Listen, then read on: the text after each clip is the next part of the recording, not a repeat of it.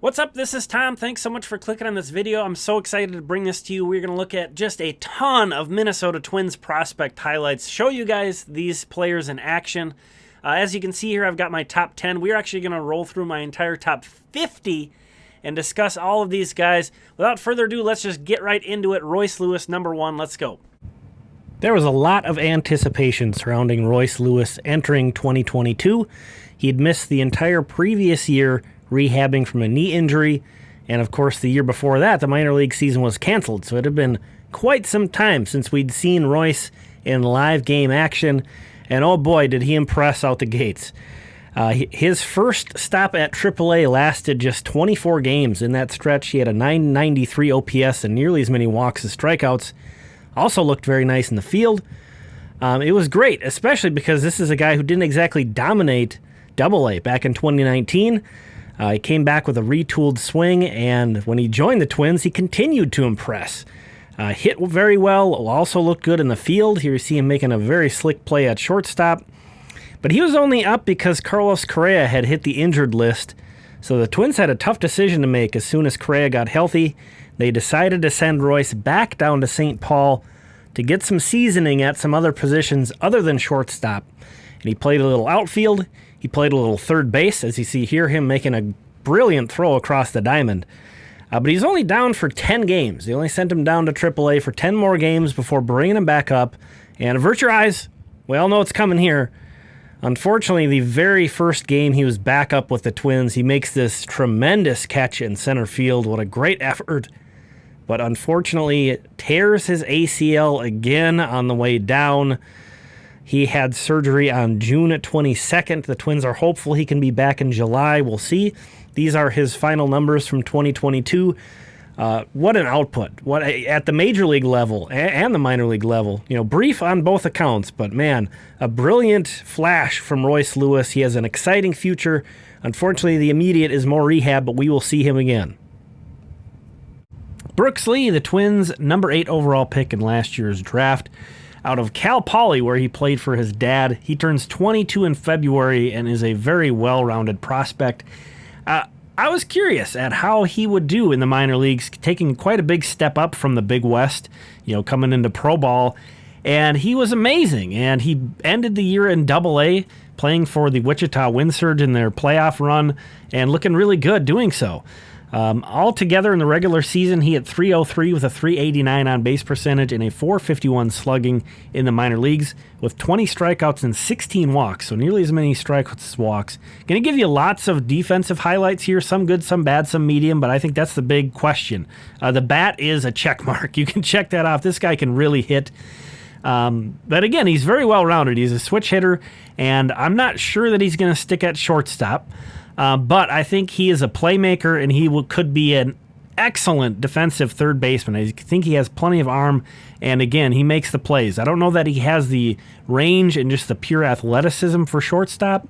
I could see him maybe debuting there as a major leaguer, maybe playing there for a year or two before having to shift over to third base. As you age, you lose a little bit of quickness, you lose a little bit of athleticism, even in your mid-20s compared to your early 20s. So we'll see, but this guy can really play ball. A very fun pick. Somebody compared him a bit to Hunter Pence, physical comp, and sort of how he's athletic, but he's a bit awkward as well. Unorthodox. Maybe that's maybe a more fair word, and I really like that comp. I wish I remember who put that out there, but that's a good one, Hunter Pence. Here are his numbers from last season. Of course, he tore it up in college and then looked really comfortable in the minors, and this doesn't even include the impressive handful of games he played in the postseason with Wichita, where he picked up a bunch of multi-hit games. So that's Brooks Lee. Emmanuel Rodriguez. This guy was one of the bigger pop-up prospects for the Twins. Didn't come completely out of nowhere. He's somebody they really invested in out of the Dominican Republic, signing him for a very hefty bonus. But he got a couple cameo appearances with the Twins in spring training. That's what we're looking at here. So there's kind of a good news and a bad news, which it seems like a lot of things with the Twins these days are. The good news is he had an incredible performance, and here we see him hitting a long home run. That's really his calling card, is his impressive power. However, on the bad side, he did not play a full season. Another guy who got injured, went down with a knee injury, missed the second half of the year, basically. But 19 years old, and he's really filling in. You can see he's not the biggest guy, but very strong. Has a nice, solid swing and excellent plate discipline. Gets into a little bit of trouble, I think, because he's very comfortable going deep into the count. He's currently playing center field, but he may move to right field eventually. As you can see, plays with a lot of flair, likes to have fun out there. 2 years younger than league average in the Florida State League, a great pitchers league this year, and he posted an OPS just miles ahead of league average. Strikeout rate right around league average, but that walk rate, incredible. 28.6% of his plate appearances ended in walks as a 19-year-old. That is absolutely remarkable. And again, this guy, the power is a calling card, but he also has a plus arm. Very highly regarded for his arm strength in the outfield. Again, we'll see where he ends up defensively, whether it's center field or right field, but figures to be an asset in the field either way. He only played 47 games. Again, he missed the rest of the season after that point. He had a season-ending knee injury, torn meniscus that he suffered while sliding, had surgery in mid-June. But here are his numbers, both from last year and the year before that. So 84 career games played in the minor leagues, 19 home runs, 20 stolen bases. As you can see there, 80 walks, tons of strikeouts. He strikes out quite a bit. He's going to need to reel that in, but this is a guy to be very excited about. What a great first full season in the Minnesota Twins organization it was for Simeon Woods Richardson. In his age 21 season, he worked all the way up from Double-A to the major leagues. He did miss about a month this season on the COVID IL, but very consistent results. Other than that, missed a little bit of build on his innings, which he also missed in 2021 due to being on the Olympic national team. But a little bit of inconsistent stuff from Simeon Woods Richardson, which is why you might see him a little bit all over the map on rankings. Consistent results, though. He pitched excellent all throughout the season. Yeah, there are starts where he can struggle to kind of give it above 90 miles per hour, which obviously isn't impressing anybody these days. But he can touch 96. I've seen him sit 94 in some starts, which we'll take a look at in a little bit. I think with some mechanical adjustments, again, this guy is still very young. He's fairly inexperienced on top of that. To be hanging in Double-A, Triple-A, and reaching the major leagues at his age is very impressive. And again, I think with some more attention, some mechanical adjustments, with some more innings, I think he's going to peak and max out his stuff more often than he has been. But just that he hasn't really had his best stuff always, and his pitched as well as he had is impressive. Obviously, the best data we have is from his one major league appearance. You see there he averaged 90.8 miles per hour with his fastball. Again, that's not going to drop any jaws, that's for sure. But here's a quick highlight of him pitching for the Saints in Iowa, hitting 94. Don't have a lot of velo readings in the minors, but there was one for you. But again, the results: a 2.77 ERA, 1.053 WHIP, 9.6 K per nine, a 3.19 strikeout to walk ratio. Nothing wrong with any of that. Only 6 home runs allowed in 107 and a third innings. This guy who loves to work down in the zone, so could see him limiting a lot of damage. I really like this guy. Next up, we're talking about Marco Raya, the Twins' 4th-round draft pick in 2020. Such an unusual draft class, so many unknowns, and really, we don't want to get ahead of ourselves, but this guy could be one of the steals of that draft, really. Marco Raya with a 4-pitch mix, all above average. All 4 of his pitches, commands them well, feels very comfortable throwing them in any count. Impressive. The fastball tops out at 96, which we'll take a look at later. His slider is good. His curveball is kind of a slow, loopy, almost change of pace, even more than his changeup, because he throws a split change, kind of a la Kenta Maeda, so it's a harder changeup. There's a look at that 77-mile-per-hour curveball, and then here comes an 89-mile-per-hour changeup that he throws. But Raya, he only turned 20 years old in August, so he's still a long ways away. Through just 65 innings this past season for Fort Myers. So he's got a lot of growing to do, a lot of building to do. Quite a bit of minor league career ahead of himself, but again, a very exciting prospect in this system. Among Twins pitchers in the minor leagues who threw 15 or more starts, Raya ranked 4th in ERA and 2nd in WHIP with double-digit strikeouts per 9. Here is the A-ball numbers of the 163 pitchers to throw 60 or more innings. Raya ranked 17th in ERA, you see here. And on both of these screens, notice how few teenagers there are. Marco Raya, 9th in WHIP in that same sample of 163 pitchers. So a very impressive performance from a very young man in Marco Raya in his first full professional season. And let's take a look here. Note that Bradenton is a big league spring training stadium, so they don't have a hot gun. They have pretty sophisticated tracking, and there's a 96-mile-per-hour fastball from Marco Raya. Here are the year-end numbers for him. Again, pitched as a 19-year-old for most of the year for Fort Myers. 3.05 ERA, 1.08 whip, 10.5 K per nine. Looking like a steal again in that 2020 draft. Long ways to go, but if this guy can continue to develop, stay healthy, man, this could be a very nice piece in the future. Austin Martin's prospect stock has certainly slipped some since being the number 5 overall pick and being the centerpiece of the Jose Barrios trade. There's still a lot to like here. In particular, we're going to show some highlights of him running the bases, and this might be the most confident base stealer I've ever seen in the Twins system. After stealing just 14 bases in 93 games in 2021, he stole 35 bases and was caught just 6 times. That is an 85% success rate in the regular season, and then went 10 of 11 in the Arizona Fall League. So that adds up to 45 stolen bases he had in just 113 overall games this past season. Wow.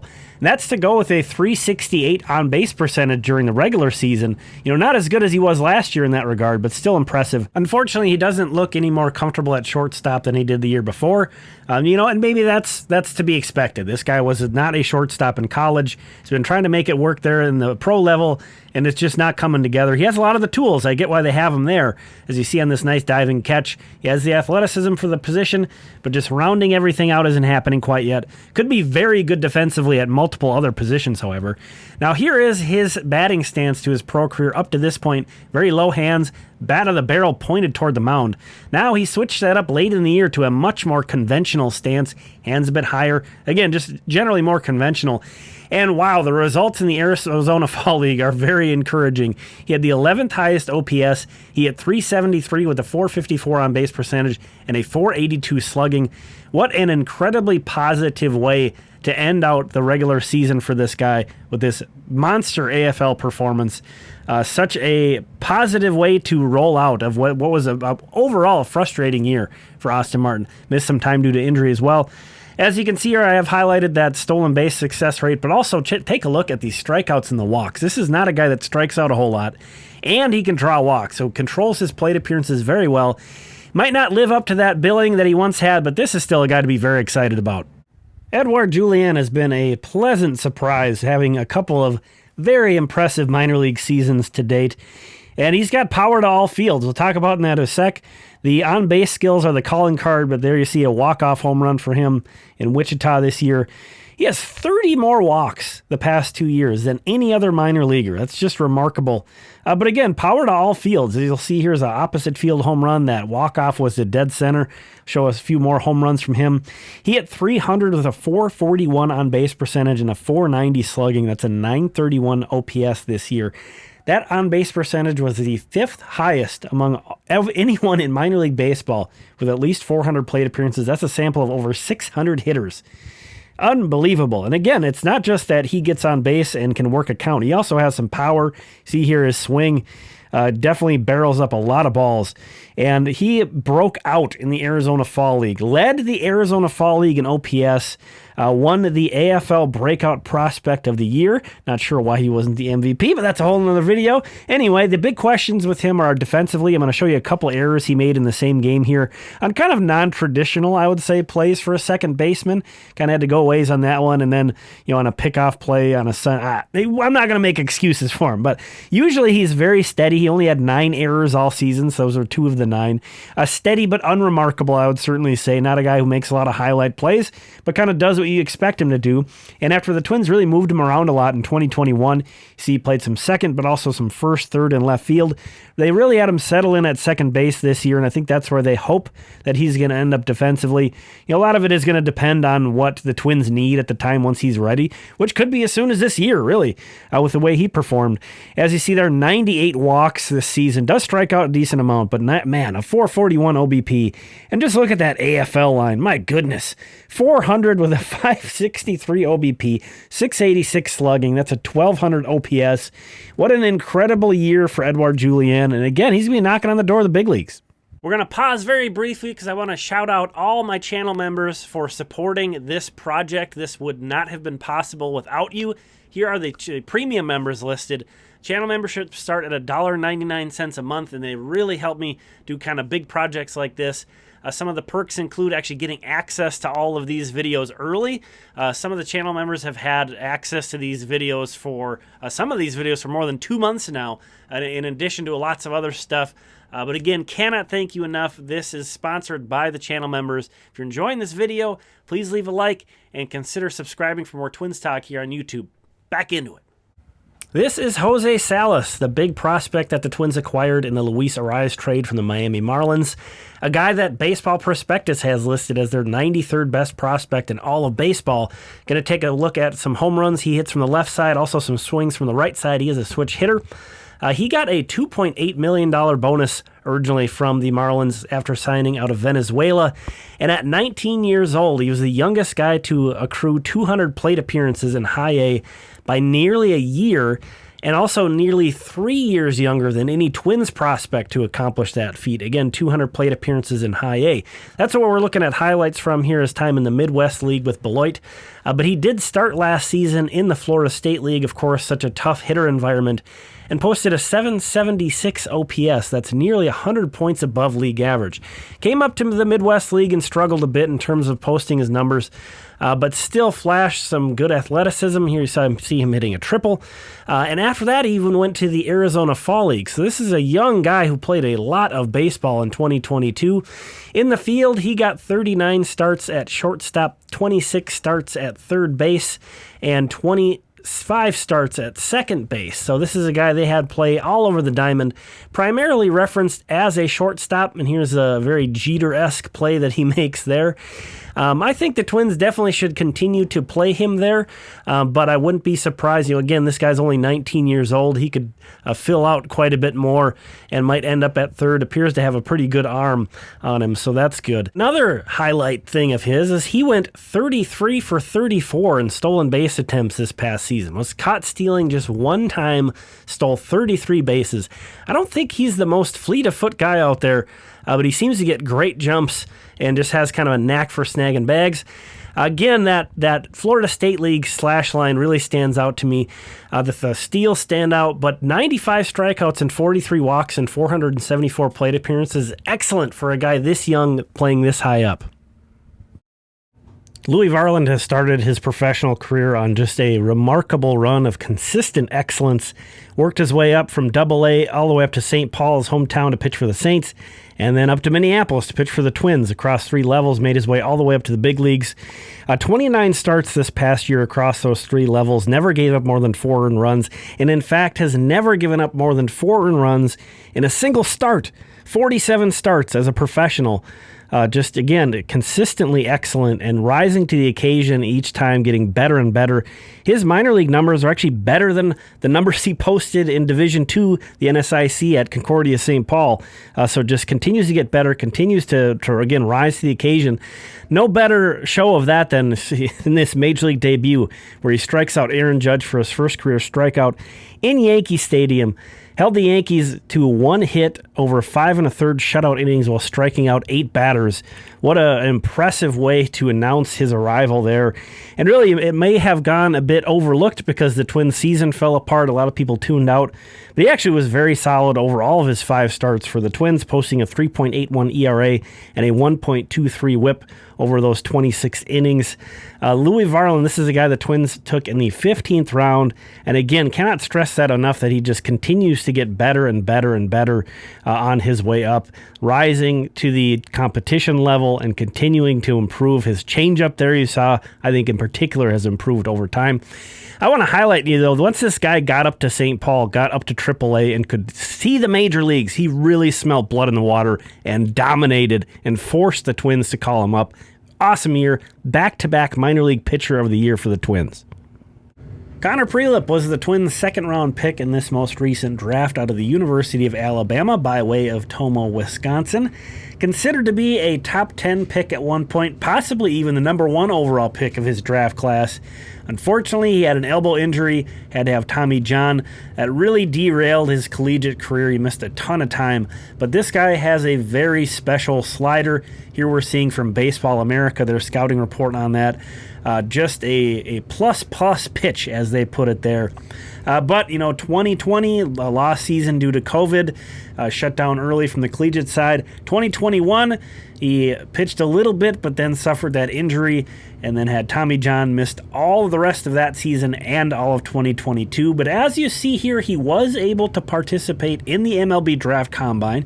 He sat 93 miles per hour with his fastball and eclipsed 3,000 RPM with his slider, which is very special. The only MLB starting pitcher who really does that on a somewhat regular basis is Dylan Cease. So that is just an eye-popping thing for him to flash at that combine, especially coming off that injury.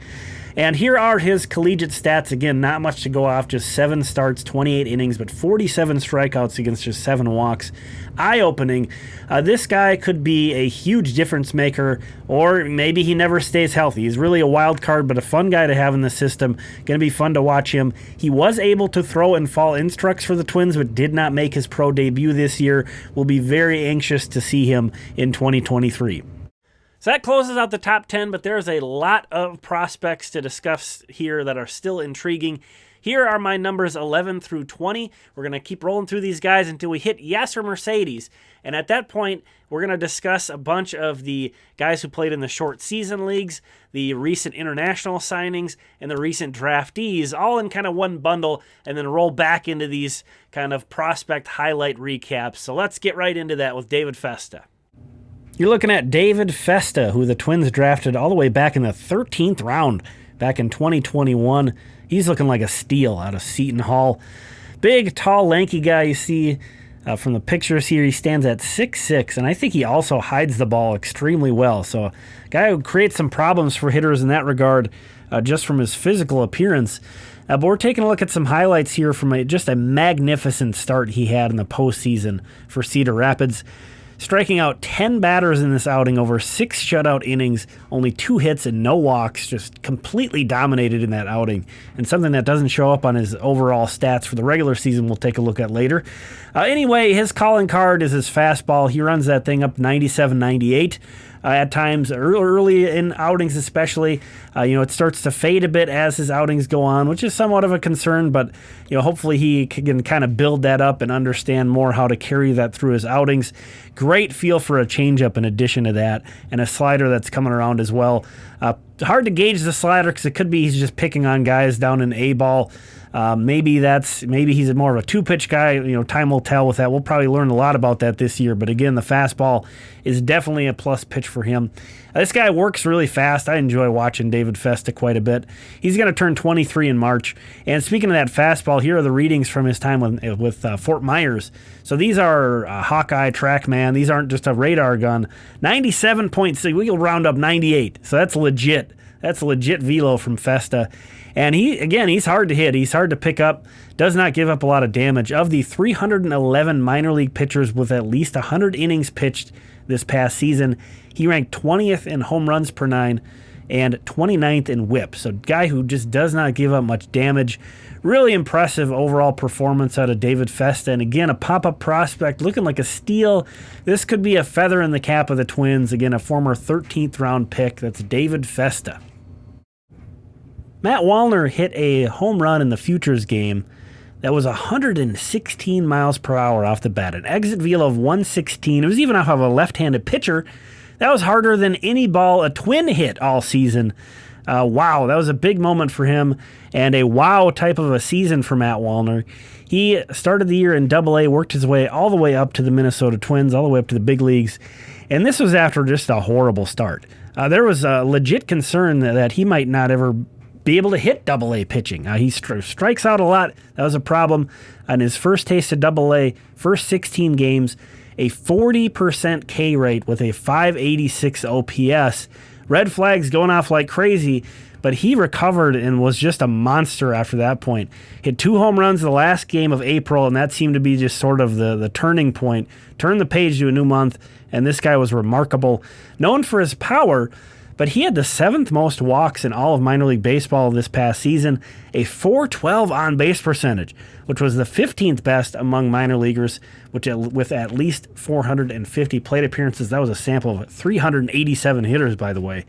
And his K rate, he's going to strike out a lot. The guy, big power, walks a lot, is very patient. He's going to strike out a lot, but he did shave the K rate down from 33.3 in 2021 to 29.8 last year. Now, not a huge improvement, but he was facing more difficult pitching.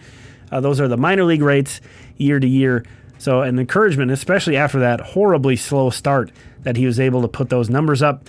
Tough to say where this guy's going to fit into the big club picture going forward, since they have so many corner outfielders who hit left-handed. His arm is certainly a selling point. He has a cannon in right field, but other than that, doesn't bring a whole lot to the table defensively.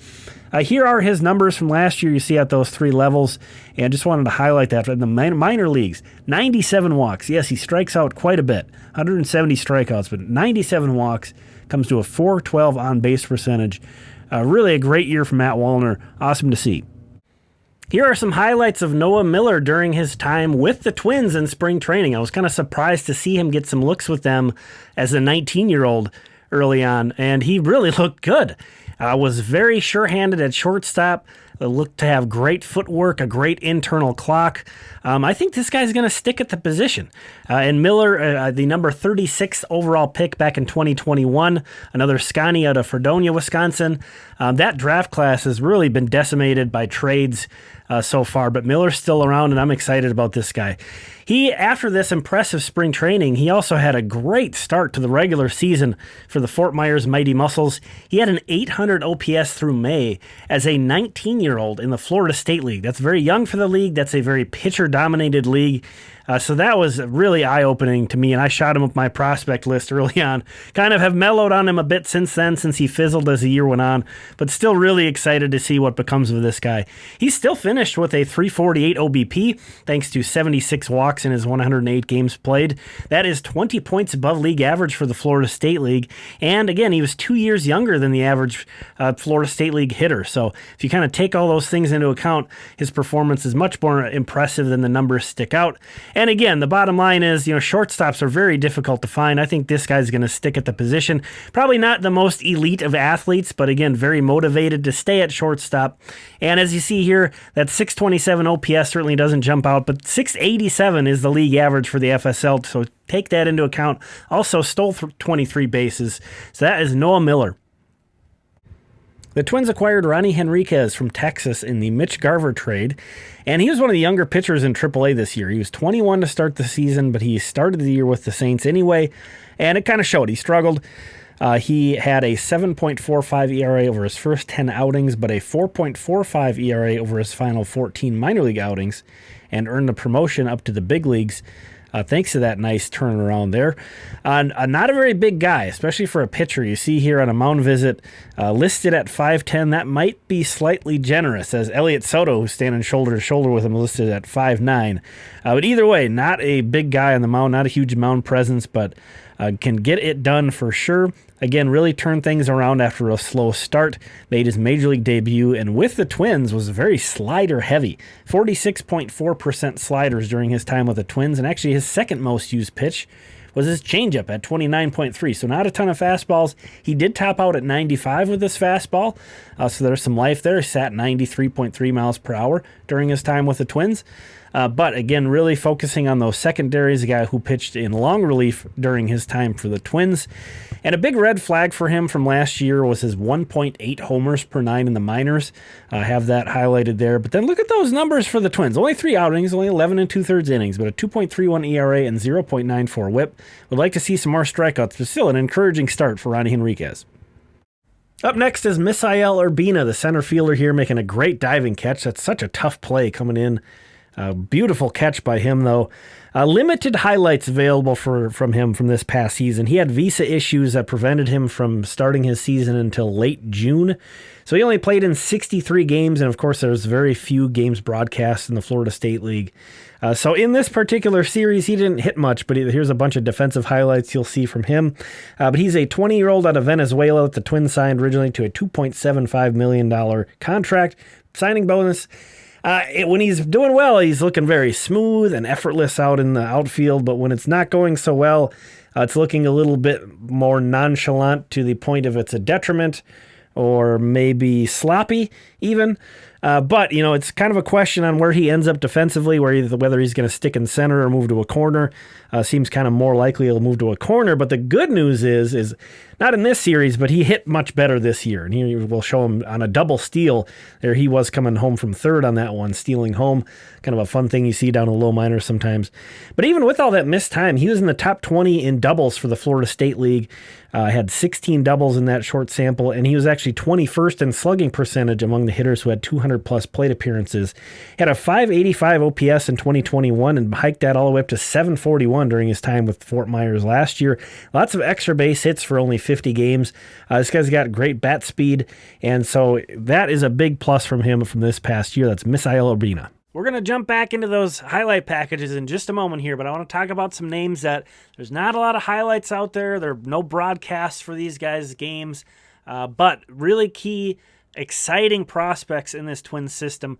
Real quick, Yasser Mercedes is the guy that sticks out here. We're looking at on the top is the short season league hitters that really stand out to me. On the bottom is the short season league pitchers. These are guys in the Florida Complex League or the Dominican Summer League. Again, Yasser Mercedes. In addition to all these incredible rate stats, a 421 OBP, my goodness, he also stole 30 bases in 41 games. So this is a guy to really be aware of.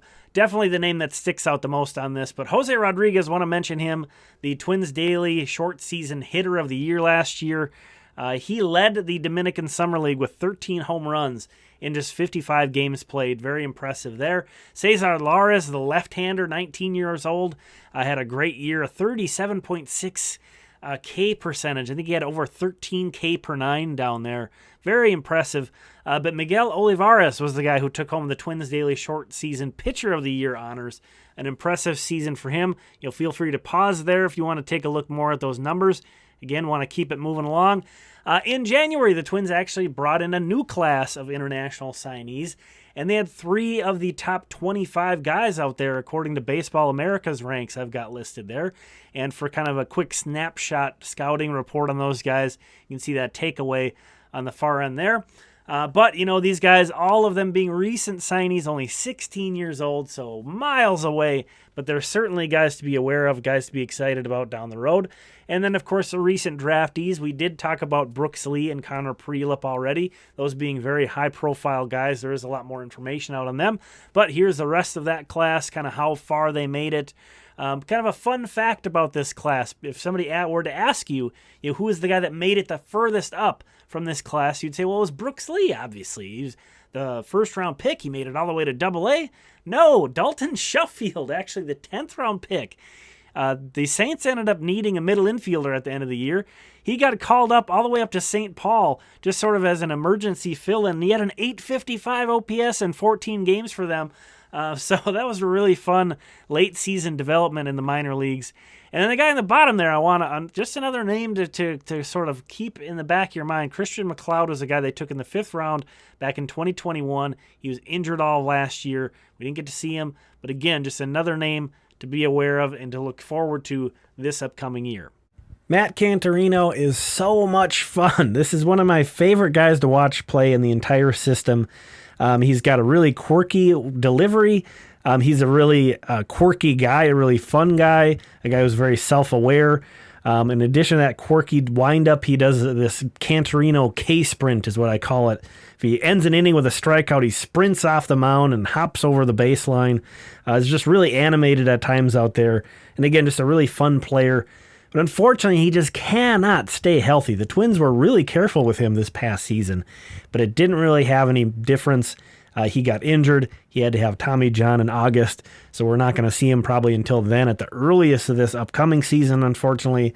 I think his timeline probably is going to get pushed to where starting is probably going to be out of the question now for him. I think he's probably going to end up in the bullpen, but he could be a special reliever out of the bullpen. And I think his personality maybe fits better there anyway. He's a very high energy, kind of twitchy guy, but an incredible performer. For his minor league career, a 1.48 ERA, 0.86 whip, and 13.8 K per nine. But again, unfortunately, so many injuries, only 85 innings is what that covers. Again, he's already 25 years old. He's already on the 40-man roster, so before too long, once he's healthy, of course, the Twins are going to need him. Pitched great last year. The 5.8 walks per nine is a bit of a concern, but so dominant in some other areas, he kind of made up for it. But again, that's Matt Canterino. Cole Sands seems like a guy a lot of Twins fans are already jumping off of. I get that to some extent, but I'm a little more willing to give him somewhat of a free pass from last year. It's really hard to be that emergency depth guy that the team calls upon, when they need somebody who can provide innings out of the bullpen or a spot starter, especially when you've spent your entire career on such a regimen as a starting pitcher. You kind of know what's going to happen. You know how to prepare. This guy was recalled 7 times by the Twins last year, and he also had an injury list stint. So a lot of emergency travel, a lot of unexpected things in his schedule going on. And it showed. It showed on both levels. It showed, both the majors and in the minors. He had an 8.82 ERA in his first 5 outings with the Twins, but he did have a 2.51 ERA over his final 6 outings with the big club, so kind of showed something there. I'm not trying to say this guy's going to be a superstar or anything. We never were really expecting that, a former 5th-round pick. He had great AA numbers in 2021.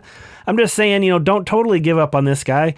The splitter looks interesting. The curve looks interesting. Maybe if he can change his pitch mix some, throw a few less 4-seam fastballs, he'll get knocked around a little bit less. That was definitely a thing at both the major league and the minor league level. Too many hits. That's a lot of hits per nine I highlighted in yellow. But he does get a decent amount of strikeouts still. So Cole Sands, maybe he's a Griffin Jacks type guy that just gets beats around, and then you see him the next year, looks like a completely different pitcher. We'll see. Jordan Balazovic, big 6'5" Canadian right-hander, former top 100 prospect, former Futures Game participant. Really looked like a shadow of his former self last season. There were some cracks in the armor showing in 2021 if you look kind of at the numbers a little deeper, solid overall numbers, but some things were showing and really fell apart last season. Really struggled, especially early in the year. He kind of turned things around at the end, which we'll take a look at, but you really struggled to put hitters away last year, and those struggles and inefficiency resulted in him not really logging that many innings due to that. A lot of pitches, high pitch counts. Even though he's fairly healthy, threw over 20 starts, did not throw that many innings. But again, he ended the year much stronger than it started. We'll take a look. His final 8 games, a 3.55 ERA with 38 strikeouts and 33 innings. Again, a silver lining to a very poor season. Some other numbers in that line were concerning, but you take what you can in these situations. But Balazovic, 21 home runs given up in just 72 2/3 innings pitched.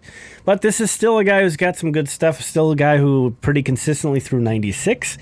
He did have back and knee injuries, but again, he was still getting out there and making starts. They weren't enough to prevent him from going out.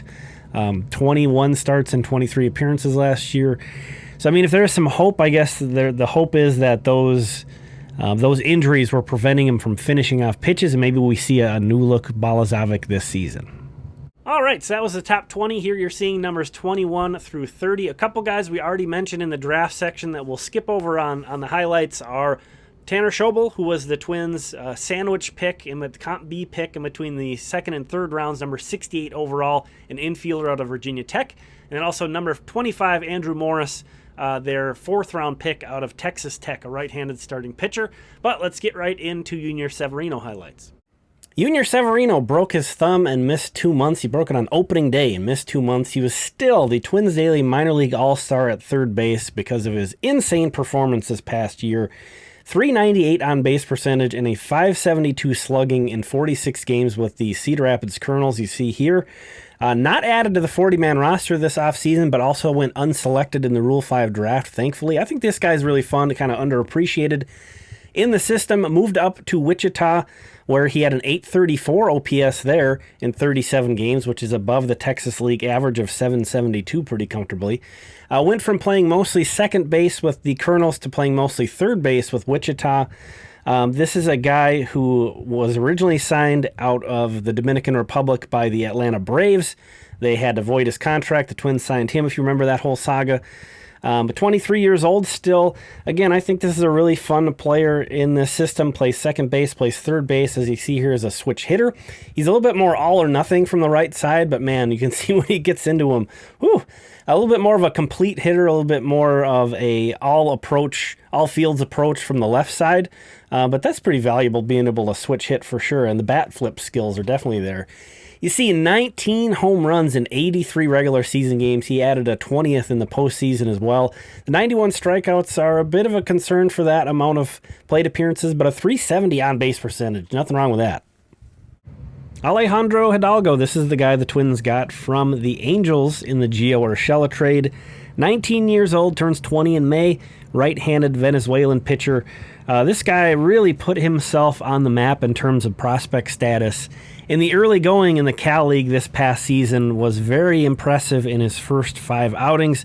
Nice ERA, missing a lot of bats. Let's take a look at those numbers. 2.82 ERA and 31 strikeouts in his first 22 1/3 innings.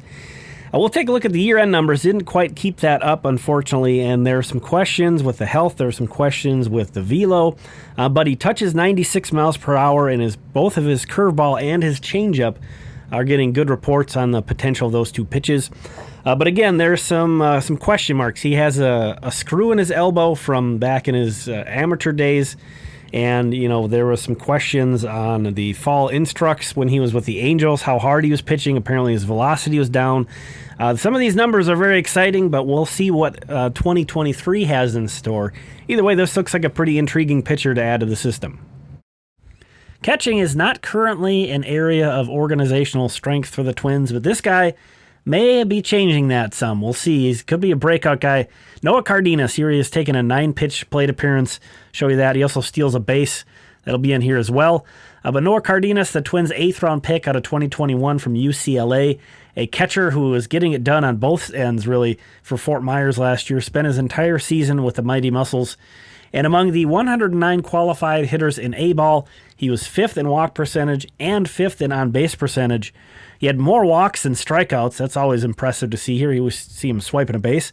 Doesn't run especially well, but I would say he runs well for a catcher. It's down to a high bar to clear, but hey, you got to give him some credit there. He also threw out 29% of base stealers last year, which is pretty respectable, and ended strong as well. You see him using all fields. He gets on base, a tough out. It was very hard to hit for power in the Florida State League, but over his last 30 games, really broke out. He had a 340 average, a 457 on base percentage, a 534 slugging percentage. That works out to a 991 OPS that he ended the year with final games. Again, more walks than strikeouts, a 421 on base percentage on the season. That is Noah Cardenas. By the numbers, Cody Laweryson was one of the best pitchers in minor league baseball last year among guys to throw at least 90 innings at least. Check out this funky delivery. I want you to take note of that. But out of the 416 minor leaguers to throw 90-plus innings, he was 3rd in ERA, 4th and 5th, 13th in WHIP, and 3rd in home runs per 9. Just 2 home runs given up in 90 innings pitched. And again, that's Cody Laweryson. The name sounds nothing like it's spelled. I don't know how you get there, but you get there. It's Laweryson. Just a remarkable performance out of him, a 14th-round pick from 2019 out of Maine. The Twins had actually kind of given up on him as a starter, I guess it's fair to say. They moved him to the bullpen to start this year, kind of as a long reliever, and they eventually moved him back to the rotation by the end of the year. He got a chance. Fernando Tatis Jr. only played 4 rehab games in between his injury and his suspension. Laweryson was one of only 2 guys to strike him out last year. That's a fun fact about Cody Laweryson. 4 straight fastballs, and the thing about Laweryson, he's only about 90-91, so the velo doesn't impress you. But you could tell he's pumped up here because he hits 94. Again, just challenges Fernando Tatis Jr. in a Double-A rehab appearance and blows him away with his fastballs. That he has just this invisible-like quality that guys just cannot pick up this pitch. He was a problem this entire outing in San Antonio. Guy who pitches with some passion. And again, let's take a look at this crazy delivery. Not only is it all crazy with the arms going everywhere, but he kind of short arms it, falls behind this lefty 2-0 and strikes him out on 3 straight swinging strikes, oh, by the way. But this was a really fun story to watch develop as the season went on. It was kind of like mid-season, they were like, all right, this guy's pitching really well. What's with this guy? And then the final couple of months of the year really continued to deliver on that. Again, 35 outings in total, only 10 starts. Very curious to see what the Twins do with him going forward because he was an insane performer last year. It was such a joy to watch Anthony Prato on a daily basis last season. My favorite player who made the most memories watching the games and watching the wins and watching, how he contributed to those was Anthony Prato. No joke. Here he is going to score from first base on this ball off that short wall and 315 feet in Cedar Rapids. Pretty sure he just runs all the way back to the team hotel here, by the way. Just never stops running. Just a ball player, just a fun guy to watch. Again, contributes at the plate, in the field, on the bases you'll see here. Just wreaking havoc, causing all sorts of trouble. Was especially the case during the early season in his time with Cedar Rapids. They were on such a tear early on, and he was such a big part of that, contributing, it seemed like, on a nightly basis again to their wins in big spots. Moved up to Double-A eventually, and kind of felt like the Cinderella story might be over. His first month or so there didn't really take off. He didn't make a fool out of himself, but wasn't hitting as well. But from that point on, really impressed. And I think, this guy is much more than just kind of a fun story because in Double-A, he had a .403 on-base percentage. Among all the hitters that had 300 plate appearances in Double-A, that was 12th in OBP among the 215 batters in that sample. Plays his guts out. Look at that. By the way, in that OBP stat, Edouard Julien was number 1 and Matt Wallner was number 3. Anyway, he had 60 starts in left field, 33 at second base, 19 at third base, 12 at shortstop, 3 at first base, 2 in right field. Basically played everywhere in the field other than center field.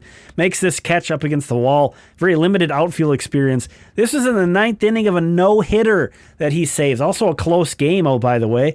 Which really was a big part of it was because he hit this two-run home run earlier in this game. Not a ton of power for Prato. Again, none of his raw tools are really all that crazy, but just does a lot of things well and can hunt pitches as this was, first pitch swinging. He was sitting on this pitch, and he said, I'm going to crush this thing if it comes up, and he did. So kind of knows when to pick his spots. Just a joy to watch this guy, really. Again, a .403 on-base percentage in 87 games at Double-A. So I think this is a legit guy to keep an eye on as well, not just a great story. 30 doubles, 8 triples, 10 home runs. Again, not a huge power guy, but those are some pretty impressive numbers. Anthony Prato, absolutely love this guy. Keep an eye out for him. Travis Adams is one of those guys that looks like he might be a success story in terms of the Twins adding velocity with a guy they draft. Was mostly at 92 last year. He's been sitting kind of 93, 94 with Fort Myers. And then a little later on, we're going to see some highlights of him going 95, 96 in Dayton with the Cedar Rapids Colonels. Also has a pretty good-looking changeup. Unfortunately, that didn't really help him be very effective against lefties last year. We'll be looking for him to improve upon that this upcoming season. But struggled in his first few outings with the Colonels here with Cedar Rapids. But did have a strong finish, a 2.57 ERA and a 1.19 whip over his final 4 outings. On the season, Adams had a strikeout-to-walk ratio over 4, which is really encouraging. And he was one of only 6 Twins minor league starters to eclipse 100 innings last year. So that is another big positive. Stayed healthy enough to eclipse triple digits in innings. In 2021, he was the Twins' 6th-round pick out of Sacramento State. And again, some concerning overall numbers with Cedar Rapids, but he finished strong and again had 11.2 Ks per 9 during his time there. But that strikeout-to-walk ratio really shines. This is Jaylen Nowlin, one of the big pop-up prospects, I think, for the Twins, especially late in the year. Really gaining some steam in some circles. This guy, an impressive strikeout pitcher. Really knows how to finish off batters. Was the 19th round pick back in 2021 out of Chipola College. Really looking like he might be a steal, especially as a lefty that really knows how to throw some secondary pitches. He had the highest strikeout percentage of anyone in the Twins system with 70 or more innings pitched. On the other side, he also had the highest walk percentage, but among all the minor league pitchers with at least 70 innings. That's 659 guys from last year. Jaylen Nowlin was 12th in K percentage with a 35.9 K percentage. And 7 of the guys in front of him actually had a higher walk rate than he did. So, a lot of these big-time strikeout guys also walk a lot of batters. You kind of got to take the good with the bad there. He was also 13th in FIP. Again, that was a sample of 659 minor league pitchers. So a big performer last year for the Twins. As you saw, he moved up from Fort Myers to Cedar Rapids. Again, 19th round pick. Look at these, 71 innings and 111 strikeouts, 14.1 K per nine for Jaylen Nowlin last year. Brent Headrick moved up to Double-A and really got beat up in his first outing. Gave up 7 runs in 2 1/3 innings on 5 home runs against Tulsa. But he came back here and faced them in the postseason and just destroyed them. Had another amazing postseason outing for Wichita. In those 2 outings, 12 innings pitched, 9 hits, no walks, 1 unearned run, and 19 strikeouts. What an amazing finish for Brent Headrick. Had earned his way onto the 40-man roster for the Twins. This is a former 9th-round pick out of Illinois State in 2019. Had basically even platoon splits, which is nice to see out of a lefty. He's obviously going to face more right-handed batters. He can definitely hold his own against them. And among the 331 minor league pitchers with at least 100 innings, he was 12th in strikeout minus walk percentage. Shaved his walk rate from 5 per 9 in 2021 to just 2.1 last year. What an impressive jump in command. Again, as you see here, those are some of the concerns, are the home runs. That 1.5 homers per 9, big concern. But that 1 5 home run game really crushed those numbers. Brent Headrick. And rolling on through, here is numbers 31 through 40. Have some highlights on these guys, but again, some of the guys we already touched on. I do want to mention Kalai Rosario, a guy who's still only 20 years old and has hit for some power in the Florida State League. Not as much as I would like to see. He's a guy who's really going to need to be carried by his bat and hasn't really flashed a ton there. Not a great defensive player, not going to provide much on the bases, so I want to see him hit a little bit more. Deshaun Kersey Jr., kind of opposite end of the spectrum. This guy's already 25, but is a tremendous defensive center fielder, can really play out there. And then Aleric Solari and Keone Cavaco, a couple guys that still have some tools that I really like. A former 2nd-round pick in Solari in 2020, former 1st-round pick, of course, Cavaco back in 2019. But, neither of them, talking about defense again, neither of them is playing a premium defensive position. Solari's a second baseman, left fielder primarily. Cavaco's a third baseman now. So really going to need to see those guys pick up the production before I move them back up again. Blayne Enlow had a lot going on last year, was added to the 40-man roster, returned from Tommy John surgery, was moved to the bullpen. Just this offseason, he was now removed from the 40-man roster, but this guy's still somebody to be on your radar. Get a load of some of these curveballs I'm showing. He has a great 12-6 curveball that is absolutely nasty. Definitely understand the reasoning behind removing him from the 40-man. Luckily, he cleared waivers and is remaining in the organization. That is a big win for the Twins. He had a 9.9 K per 9, but a 4.73 ERA and 1.63 WHIP last year. And it's not like we saw a real big jump in performance once he moved to the bullpen. But again, that breaking ball is a special pitch. He was more 92, 94 last year, but we've seen him up 96, 97 miles per hour in the past. If he can regain that fastball velocity, I think this guy could be a very intriguing reliever. The walks were the big issue last year, 4.7 walks per 9. There you see he split his time between the rotation and the bullpen. That is Blayne Enlow, 23 years old. Jair Camargo, a 23-year-old catcher who the Twins originally acquired in the Kenta Maeda trade, but he was signed out of Colombia all those years ago by the Dodgers and actually became a minor league free agent this offseason. I was kind of bummed. I thought they were going to be moving on, but they re-signed him. He's back in the system again for another year. As you see here, this is a guy with a lot of power, a lot of opposite field power. This is about as good of a throw as you can make as a catcher. Just gorgeous. He did throw out 36% of would-be base stealers last year, which is pretty solid for the minor leagues. Got to kind of take into account a lot of pitchers don't hold guys on well at that level. So that was above average.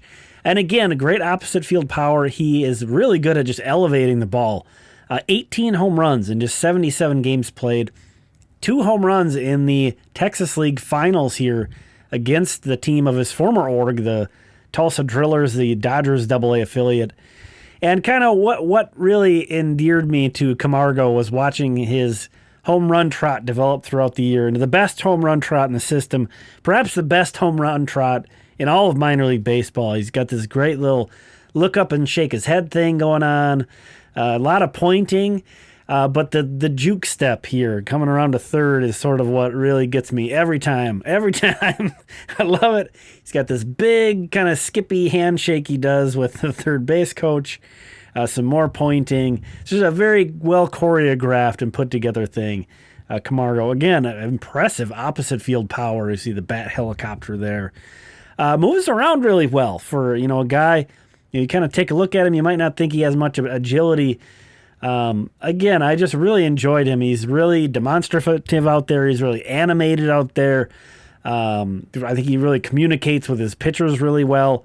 And is just a fun, you can tell he loves being out there. Nowhere else he wants to be than on the diamond, and it shows. So Jair Camargo, once again, really love this guy. 18 home runs in 77 games is definitely the calling card. Unfortunately, a lot of strikeouts. Almost a third of his plate appearances were strikeouts, so it's an all-or-nothing approach, but fun guy. Aaron Sabato's prospect stock certainly has taken a hit.